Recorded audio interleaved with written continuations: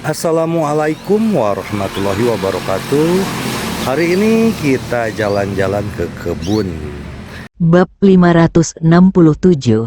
Dia dulunya anak laki-laki. Ketika Ye Guan kembali ke aula utama, pertemuan telah berakhir dan hanya Qin Guan yang ada di aula.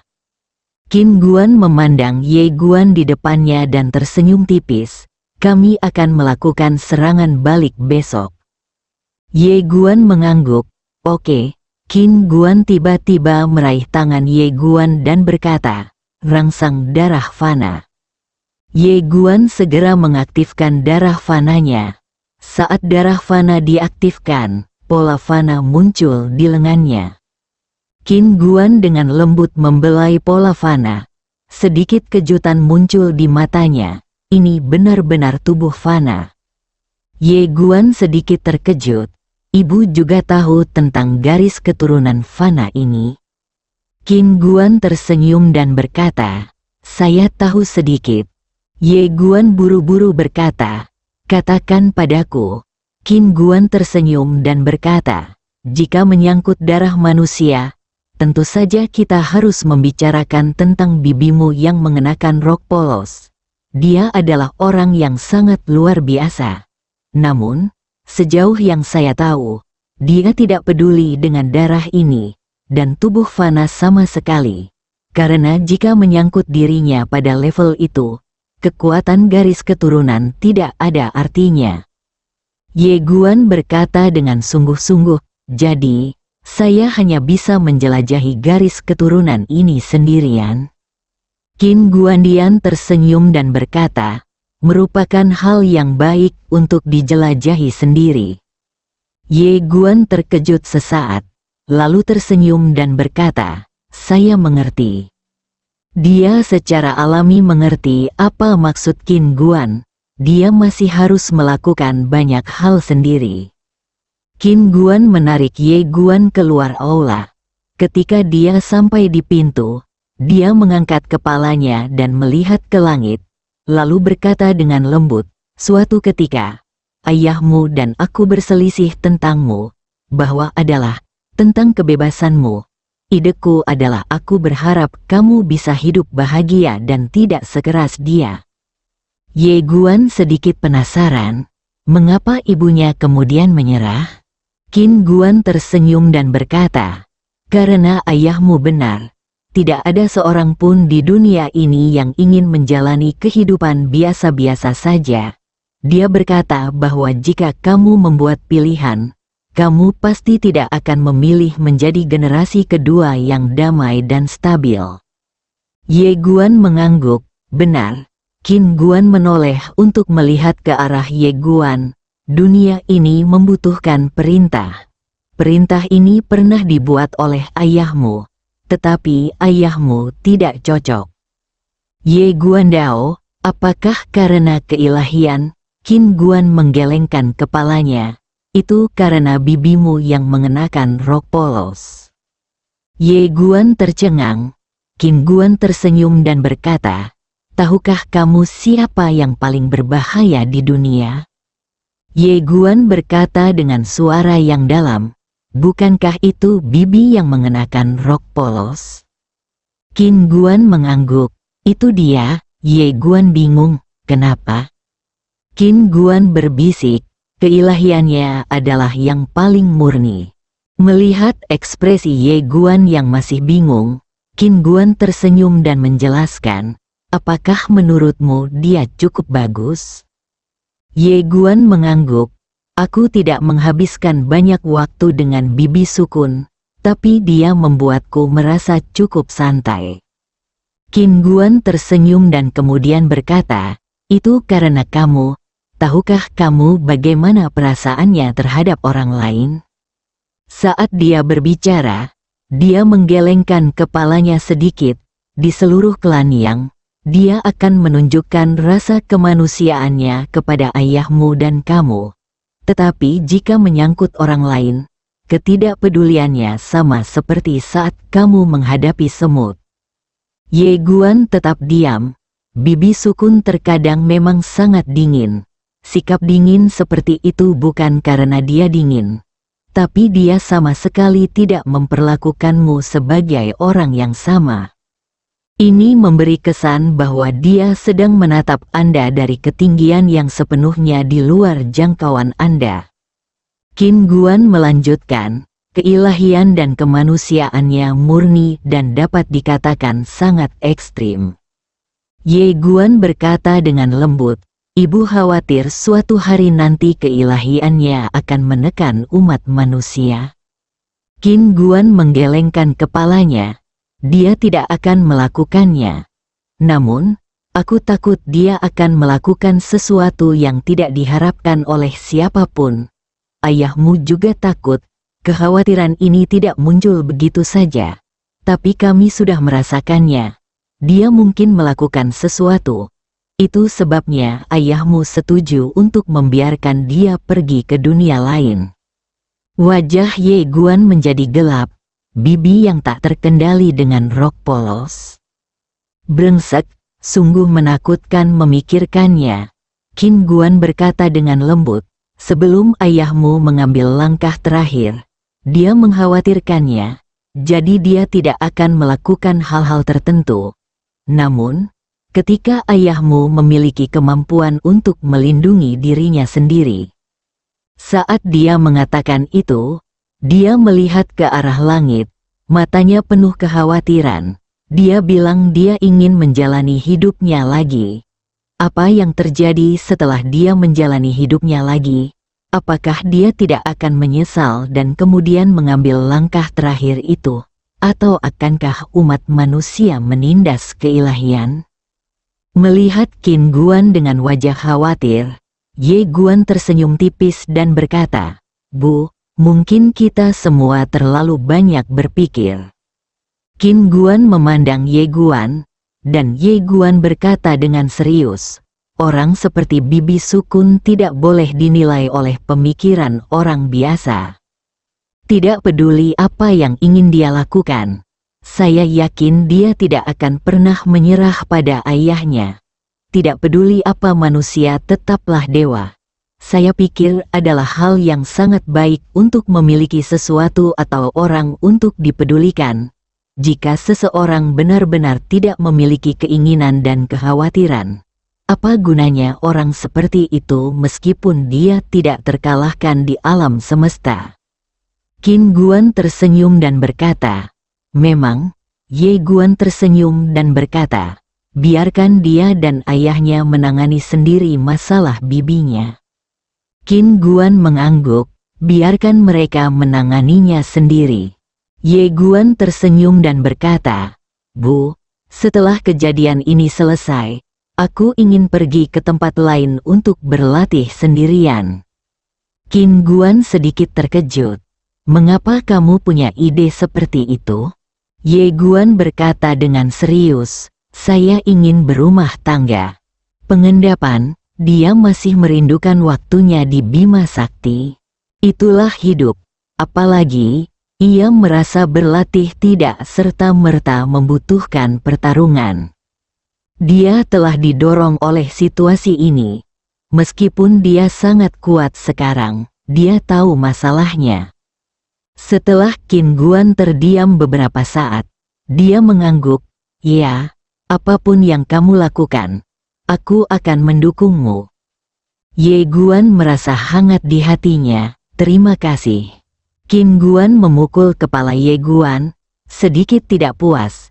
Bagaimana aku bisa mengucapkan terima kasih kepada ibuku? Jangan lakukan ini lain kali. Ye Guan menyeringai, oke. Qin Guan dengan lembut mengusap kepala Ye Guan, matanya penuh kelembutan. Ingat, jika suatu hari kamu tidak ingin memikul hal-hal ini, kamu tidak perlu memikulnya. Ibu akan mendukungmu tidak peduli bagaimana kamu ingin hidup. Baginya, jika Ye Guan akhirnya bisa mencapai titik itu, dia akan bahagia. Tapi kalau tidak bisa, tidak masalah. Ye Guan mengangguk, oke. Qin Guan tersenyum, lalu berkata, pergi dan temui gadis-gadis dari alam semesta sejati. Ciro Uchizen, Ye Guan-san tersenyum dan tidak berkata apa-apa. Qin Guan menggelengkan kepalanya dan tersenyum. Kamu bisa mengatasi masalah emosionalmu sendiri. Namun, tolong beritahu aku, apapun yang terjadi, jangan mengecewakan orang lain. Ye Guan mengangguk. Oke. Qin Guan tersenyum dan berkata, pergi. Ye Guan mengangguk, lalu berbalik dan pergi. Di tengah perjalanan, Xiao Ta tiba-tiba menghela nafas pelan. Ye Guan sedikit bingung. Tuan Ta, kenapa kamu menghela nafas? Xiao Ta berkata dengan lembut, saya hanya merasa sedikit emosional. Ye Guan bertanya, apa yang kamu rasakan? Xiao Ta berkata, jika ibu majikan tidak meninggal, saya yakin dia tidak akan menjadi begitu ekstrim. Pemilik, kakek, Ye Guan berkata dengan suara yang dalam, Tuan Ta, saya selalu mendengar Anda berkata bahwa kakek dulunya ekstrim. Apakah dia benar-benar ekstrim sebelumnya? Xiao Ta berkata, kakekmu dulunya sangat tidak peduli dengan hidup dan mati, dan dia akan melakukan apa saja jika dia tidak menerimanya. Sepanjang jalan, dia lebih menderita daripada gabungan kamu dan ayahmu. Pada saat itu, dia tidak punya saudara perempuan, dan dia tidak punya saudara perempuan. Tidak ada keluarga yang kuat. Untuk sementara, ketika Anda dan saya mengikutinya, kita sedang menghancurkan diri sendiri atau sedang menuju kehancuran diri sendiri. Ye Guan berpikir sejenak, lalu berkata, terima kasih kepada kakek atas kerja kerasnya. Ayahku dan aku memiliki kehidupan yang sejahtera. Xiao Ta, segera, Ye Guan datang ke aula utama. Di aula utama, Qirou sedang menangani urusan resmi. Kemampuannya tidak diragukan lagi, dan sekarang, tugas utamanya adalah membantu Qin Guan menangani berbagai masalah. Melihat Ye Guan tiba, Qirou sedikit terkejut, lalu berkata, Qi Jing ada di ruang pelatihan. Setelah mengatakan itu, dia terus menangani tugas resminya. Ye Guan Dao, saya di sini untuk mencari Anda. Qirou mengangkat kepalanya dan menatap Ye Guan. Matanya tenang. Apakah ada yang salah? Ye Guan tersenyum dan berkata, bisakah kita ngobrol? Qirou menunjuk tumpukan dokumen di depannya dan tidak berkata apa-apa. Ye Guan juga tidak berbicara. Setelah keduanya saling berpandangan sejenak, Qirou mengangguk, oke. Keduanya meninggalkan aula utama dan berjalan menyusuri tangga batu menuju kejauhan. Ye Guan berkata dengan lembut, maaf. Qirou menoleh untuk melihat Ye Guan, sedikit bingung. Ye Guan tersenyum dan berkata, sebenarnya, aku sudah lama ingin meminta maaf padamu, tapi aku tidak pernah punya kesempatan. Qirou berkata dengan tenang, untuk apa kamu meminta maaf? Ye Guan berkata dengan lembut, kamu tahu. Qirou terdiam. Ye Guan tersenyum dan berkata, selama periode ini, saya telah mengalami banyak hal dan memahami banyak hal. Saat dia berbicara, dia menggelengkan kepalanya sedikit. Sebelumnya, saya agak terlalu kekanak-kanakan. Saya tidak melakukan banyak hal dengan baik, dan saya sedikit merasa benar sendiri, terutama diri saya sendiri. Saya menjadi sensitif dan ekstrim karena beberapa hal konyol harga diri. Setelah mengatakan ini, dia melihat ke arah Qirou, menggelengkan kepalanya dan tersenyum, saya cukup malu. Qirou memandangnya dan tidak berkata apa-apa. Ye Guan melanjutkan, setelah saya mengenali leluhur saya dan kembali ke klan, saya sering berpikir bahwa orang lain baik kepada saya karena orang tua saya. Sekarang sepertinya saya sebenarnya tidak percaya diri. Sederhananya, orang-orang tidak hanya apakah dia lemah, dia juga memiliki harga diri yang sangat kuat dan temperamen yang buruk. Saat dia berbicara, dia melihat ke langit yang jauh, perlahan-lahan menggenggam tangannya, dan berkata dengan lembut, "Sebenarnya, melihat ke belakang pada diriku sendiri, aku akan menjadi orang seperti apa? Ye Guan, tanpa ayahku, mungkin aku akan bekerja sangat sulit, tetapi ada beberapa orang yang tidak akan pernah bisa kusentuh seumur hidupku, seperti kamu, Xiaoru, Bibi Qingqing, dan orang-orang dari klan Yang." Semakin jauh dia melangkah, semakin dia menyadari bahwa dunia ini sungguh kejam. Seringkali, ada beberapa lingkaran yang tidak dapat Anda sentuh meskipun Anda bekerja keras sepanjang hidup Anda. Dan beberapa orang telah berada dalam lingkaran tersebut sejak mereka lahir. Orang-orang sangat berbeda, dan baginya, Ye Guan bisa mencapai titik ini di usia segitu. Apakah itu benar-benar karena dirinya sendiri? Terus terang, si Jian hanya membawa seekor babi, dan babi itu bisa dengan mudah sampai ke tempatnya sekarang. Sayang sekali saya menghindari masalah ini. Tidak hanya itu, saya sering berteriak-teriak untuk mengandalkan diri sendiri. Kebanggaan yang konyol. Ye Guan menertawakan dirinya sendiri. Dia tidak meremehkan dirinya sendiri, tetapi memahami dirinya secara mendalam. Yang lebih buruk dari ketidaktahuan adalah tidak mengetahui bahwa Anda bodoh. Hal yang paling menakutkan adalah ketidaktahuan Anda akan merugikan banyak orang di sekitar Anda. Setelah membaca ini, Ye Guan menarik napas dalam-dalam, lalu menoleh ke arah Ciro di sampingnya, dan berkata dengan lembut, "Aku benar-benar malu." Saat ini, Ciro tiba-tiba meraih tangan Ye Guan. Ye Guan tercengang. Ciro berkata dengan lembut, "Sejak kamu mengenali leluhurmu dan kembali ke klan, kamu pernah membuatku merasa sangat aneh. Tapi aku bisa mengerti bahwa dalam hidup ini, siapa yang selalu bisa tetap terjaga di dunia? Siapa yang selalu bisa menjaga hatinya yang sebenarnya? Siapa yang tidak pernah tersesat? Aku sudah menunggu." Saat dia mengatakan itu, dia tersenyum tipis. "Untungnya, saya menunggu sampai Anda, pemuda yang pernah tinggal di kota kuno." Bab 568, 5 lawan 1. Keuntungan ada di tanganku. Hidup adalah sebuah latihan. Dalam jalur latihan spiritual ini, tidak ada seorang pun yang selalu dapat mempertahankan niat aslinya dan tetap menjadi pemuda seperti dulu. Semua orang terkadang bingung, setiap orang terkadang tersesat. Ye Guan secara alami akan tersesat. Ini seperti seorang pengemis yang tiba-tiba mewarisi kekayaan ratusan juta. Bisakah dia tetap sadar di dunia? Ye Guan memandang wanita di depannya dan berkata dengan lembut, "Apakah kamu sudah menungguku?" Ciro mengangguk. "Ya." Ye Guan tersenyum dan berkata, "Apakah kamu tidak marah?" "Cijudo, saya marah.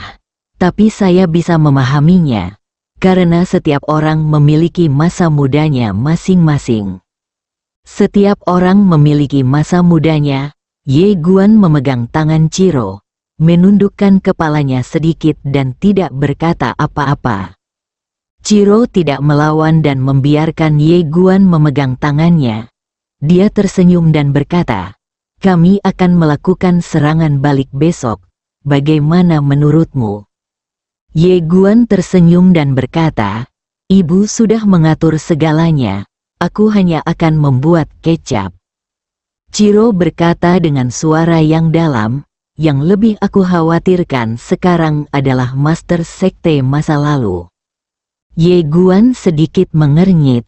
"Apakah kamu takut dia akan melanggar peraturan?" Ciro mengangguk. Ye Guan tersenyum dan berkata, itulah yang kuinginkan. Chirou terkejut sesaat, lalu mengerti, lalu tersenyum dan berkata, benar.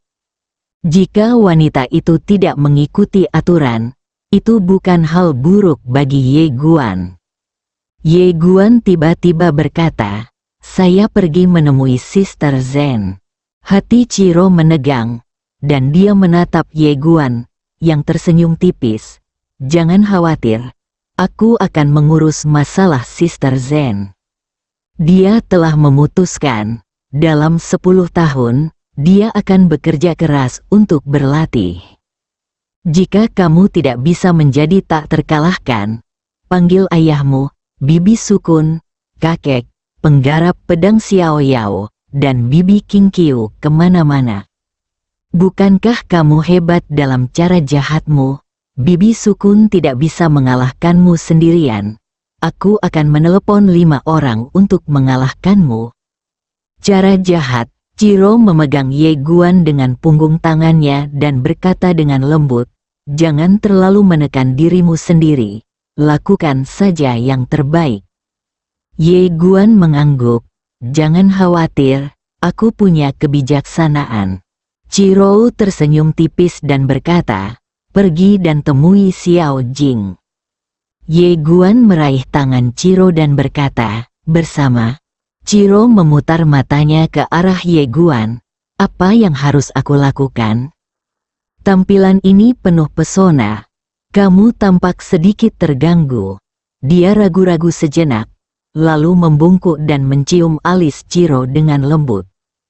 Chiro tidak menolak, tapi perlahan memeluk lengan Ye Guan dan berkata dengan lembut, tahukah kamu, aku iri dengan hari-hari yang kamu habiskan bersama kakak perempuan tertuamu di Bima Sakti. Ye Guan bertanya, kenapa? Chiro tersenyum tipis, karena semuanya murni. Ye Guan melingkarkan tangannya di pinggang ramping Chiro dan berkata dengan lembut, setelah Sister Zen keluar, kita akan kembali ke Bima Sakti untuk hidup bersama sebentar. Bagaimana dengan itu? Chiro mengangkat kepalanya dan menatap Ye Guan, benarkah? Ye Guan mengangguk, Chiro tersenyum dan berkata, oke. Saat dia mengatakan itu, dia tiba-tiba mengangkat kakinya dan berbisik di telinga Ye Guan, siapkan tempat tidur ekstra besar terlebih dahulu. Ye Guan berkedip, apa yang kamu lakukan untuk menyiapkan tempat tidur besar? Chiro tersenyum setengah hati, lawan tuan tanah. Ye Guan tiba-tiba mencondongkan tubuh ke depan dan mencium bibir Chiro. Tubuh Chiro sedikit gemetar. Dia ingin melawan, tetapi ternyata dia tidak memiliki kekuatan sama sekali. Setelah sekian lama, bibirnya terbuka. Ye Guan memandangi Chiro yang menyentuh di pelukannya dan tersenyum tipis. Aku ingat soal ranjang besar. Haha. Setelah beberapa saat, Ye Guan pergi. Chiro memandang Zuyuan di tangannya, dan senyuman menyentuh muncul di wajahnya. Senyuman itu bukan karena Zuyuan, tapi karena Ye Guan akhirnya menemukan dirinya yang dulu. Dia benar-benar bahagia. Setelah berpisah dengan Chiro, Ye Guan pergi ke ruang pelatihan dan menemukan Qi Jing. Melihat Ye Guan, Qi Jing sedikit terkejut. Ye Guan hendak berbicara ketika Qi Jing tiba-tiba berkata, mari kita bandingkan. Ye Guan tercengang. Qi Jing memandang Ye Guan dan berkata, ayo. Ye Guan tersenyum dan berkata, oke. Setelah mengatakan itu, mereka berdua menghunus pedang mereka secara bersamaan. Berdengung, berdengung, saat suara dua pedang bergema, dua lampu pedang terbang melintasi lapangan. Bang, sepotong cahaya pedang tiba-tiba meledak dari lapangan, dan kemudian, keduanya mundur dengan keras pada saat yang bersamaan. Setelah berhenti, jejak keterkejutan muncul di mata Qi Jing, kamu. Saya harus mengatakan bahwa dia masih sangat terkejut. Saat dia bertemu Ye Guan saat itu, meskipun Ye Guan sangat berbakat, dia masih jauh di belakangnya. Tapi sekarang, kekuatan Ye Guan telah mencapai level ini. Ye Guan tersenyum dan berkata, "Jika saya tidak maju dengan cepat, saya akan sangat menyesal atas sumber daya yang diberikan keluarga saya kepada saya." Cijing sedikit mengangguk. "Ayo lagi." Ye Guan menggelengkan kepalanya. "Tidak." Cijing sedikit mengernyit. "Kenapa?" Ye Guan tersenyum dan berkata, "Kita akan bertarung berdampingan besok." Cijing meliriknya tapi tidak berkata apa-apa. Ye Guan berjalan ke arah Cijing. Dia meraih tangan Cijing dan berbisik, "Ada banyak hal yang ingin kukatakan padamu." Dia masih merasa sedikit bersalah pada wanita di depannya. Saat itu, untuk menyelamatkan dirinya sendiri, dia bahkan berbalik melawan Zen Universe. Ye Guan tidak akan pernah bisa membalas persahabatan ini seumur hidupnya. Cijing memandang Ye Guan, "Kamu dan kakak perempuan tertua." Ye Guan mengangguk. Cijing mengacungkan jempol, "Luar biasa." Ye Guan ragu-ragu sejenak, lalu berkata, "Bukankah kamu cemburu?" Cijing memelototi Ye Guan dan ingin menghunus pedangnya. Ye Guan tidak berani menggoda Cijing. Dia tahu bahwa Cijing berkulit tipis dan dia tidak akan mampu menahan godaan itu. Cijing tiba-tiba berkata, "Ceritakan tentang kamu dan kakak perempuan tertua di Bima Sakti." Setelah mengatakan itu, dia berhenti dan berkata, "Kamu tidak boleh menyembunyikan apapun." Ye Guan berkedip, "Apakah kamu juga ingin membicarakan beberapa hal yang tidak pantas?" Cijing mengangguk, "Katakan." Ye Guan tersenyum, dan kemudian mulai berbicara tentang bagaimana dia bisa akrab dengan Sister Zen di Bima Sakti. Tentu saja masih ada beberapa hal yang harus disembunyikan. Setelah sekian lama, Cijing berkata dengan lembut, "Kakak tertua akhirnya memilih untuk menekan bencana alam semesta." Ye Guan memandang Siang Cijing. "Tahukah kamu dia akan melakukan itu?" Cijing mengangguk. "Bukan hanya aku. Xiaoru juga tahu bahwa karena kesengsaraan di alam semesta semakin kuat setiap saat, dan kakak perempuan tertua telah menekannya selama bertahun-tahun yang tak terhitung jumlahnya. Kesengsaraan di alam semesta jauh lebih kuat dari yang kita bayangkan. Di pertama-tama kami semua mengira kakak perempuan tertua mungkin akan mengorbankan dirinya untuk menekan kesengsaraan kosmik, tapi untungnya masih ada ruang untuk itu." Saat dia mengatakan itu, dia menoleh untuk melihat ke arah Ye Guan.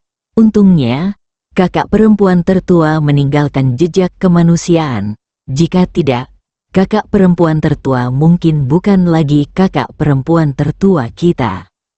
Sifat manusia, Ye Guan mengangguk. Untungnya, Qi Zhen telah meninggalkan kemanusiaannya sendiri. Jika tidak, tanpa kemanusiaannya, Qi Zhen tidak akan lagi bernostalgia dengan apapun di dunia.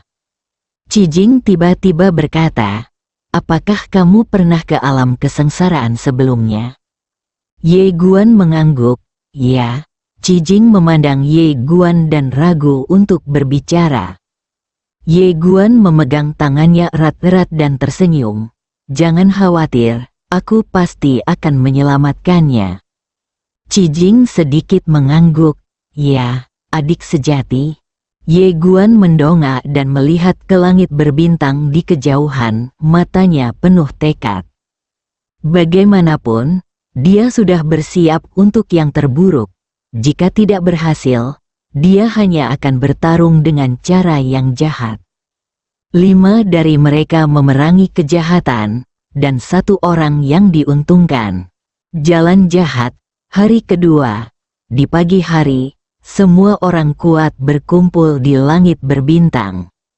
Orang-orang kuat dari 3 generasi keluarga yang semuanya ada di sini. Tidak hanya itu, tetapi ada juga banyak kemunduran waktu. Kali ini semuanya direkrut oleh Qin Guanxin. Sangat mudah bagi Qin Guan untuk merekrut orang. Bagaimanapun, dia memiliki asal-usul leluhur. Sekarang pil asal leluhur di tangannya telah menjadi mata uang keras selama bertahun-tahun. Ye Guan berjalan ke arah Eria dan Xiao Bai. Eria mengambil manisan Hao dan menjilatnya. Melihat Ye Guan datang, Eria menatapnya dan berkata, "Apa yang kamu lakukan?" Ye Guan tersenyum tipis, lalu mengeluarkan 2 sumber leluhur dan menyerahkannya kepada Eria dan Xiao Bai. "Ini untukmu." Zuyuan, Eria melirik Zuyuan di tangan Ye Guan dan sedikit bingung. "Apa yang kamu lakukan untuk kami?" Ye Guan Dao, ini adalah sumber leluhur. Ini adalah hal paling berharga di alam semesta saat ini. Anda dapat menggunakannya untuk berlatih. Eria melirik Ye Guan dan tidak berkata apa-apa. Xiao Bai menyentuh sumber leluhur dengan rasa ingin tahu di wajahnya. Ye Guan berkata dengan serius, "Ini sangat berharga." Eria menggelengkan kepalanya. "Tidak." Ye Guan bingung, "Kenapa?" Eria berkata dengan tenang, "Itu terlalu berharga. Lebih baik cucumu menggunakannya sendiri." Xiao Bai melambaikan cakar kecilnya dengan cepat, lalu menunjuk ke sumber leluhur.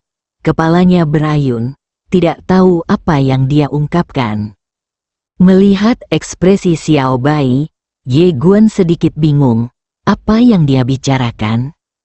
Eria berkata, "Dia bilang, kamu bisa menggunakannya sendiri." Ye Guan tersenyum pahit. "Eria, Xiao Bai, ini sangat berharga. Ini satu-satunya hal yang bisa aku gunakan untuk menghormati kalian berdua." Eria berpikir sejenak, lalu saling memandang dengan Xiao Bai. Akhirnya, mereka berdua dengan enggan menyingkirkan kedua sumber leluhur tersebut. Melihat adegan ini, Ye Guan langsung terdiam. "Apakah Anda mengirimkannya ke orang yang salah?" Pada saat ini, Qin Guan tiba-tiba berkata, "Mulailah formasi." Ledakan, cahaya bintang tiba-tiba jatuh dari langit berbintang yang jauh, dan kemudian, cahaya bintang berkumpul menjadi susunan teleportasi yang besar, cukup untuk menampung ratusan ribu orang. Ye Guan berjalan ke arah Qin Guan dan berkata, "Bu, apakah ada pergerakan di sekte masa lalu sekarang?" Qin Guan tersenyum dan berkata, "Tentu saja ada. Mereka pasti tidak akan duduk diam dan menunggu kematian." Ye Guan memandang Qin Guan, "Seberapa yakin kita dalam pertempuran ini?" Qin Guan menggelengkan kepalanya, "Kamu tidak akan tahu sampai kamu bertarung." Ye Guan sedikit mengangguk. "Kalau begitu ayo bertarung." Mengalahkan, sudah saatnya perselisihan kedua pihak benar-benar diselesaikan saat ini. Qin Guan meraih tangan Ye Guan, tersenyum tipis, lalu menatap Ye Qingqing dan yang lainnya di kejauhan. Ye Qingqing dan yang lainnya melirik Qin Guan, lalu menatap Ye Guan. Setelah beberapa saat, Ye Qingqing mengangguk sedikit, lalu berbalik dan pergi. Melihat adegan ini, Ye Guan tiba-tiba penasaran, "Ibu, ketiga bibi ini." Qin Guan tersenyum dan berkata, "Mereka yang terkuat di sini bersama Nona An, jadi saya harus membiarkan mereka melakukan sesuatu yang tidak bisa dilakukan orang biasa." Wajah Ye Guan menjadi gelap, dan intuisinya memberitahunya bahwa serangan balik ini mungkin tidak sesederhana itu. Melihat kekhawatiran di mata Ye Guan, Qin Guan tersenyum dan berkata, "Jangan khawatir, pilih saja lawan untuk dilawan ketika saatnya tiba dan serahkan sisanya padaku, Ibu." Ye Guan mengangguk. "Oke." Qin Guan berbalik dan melihat susunan teleportasi di kejauhan. "Ayo pergi." Suara itu jatuh, dan semua orang memasuki susunan teleportasi. Segera, susunan teleportasi diaktifkan, dan aliran cahaya bintang menyelimuti semua orang. Bersambung.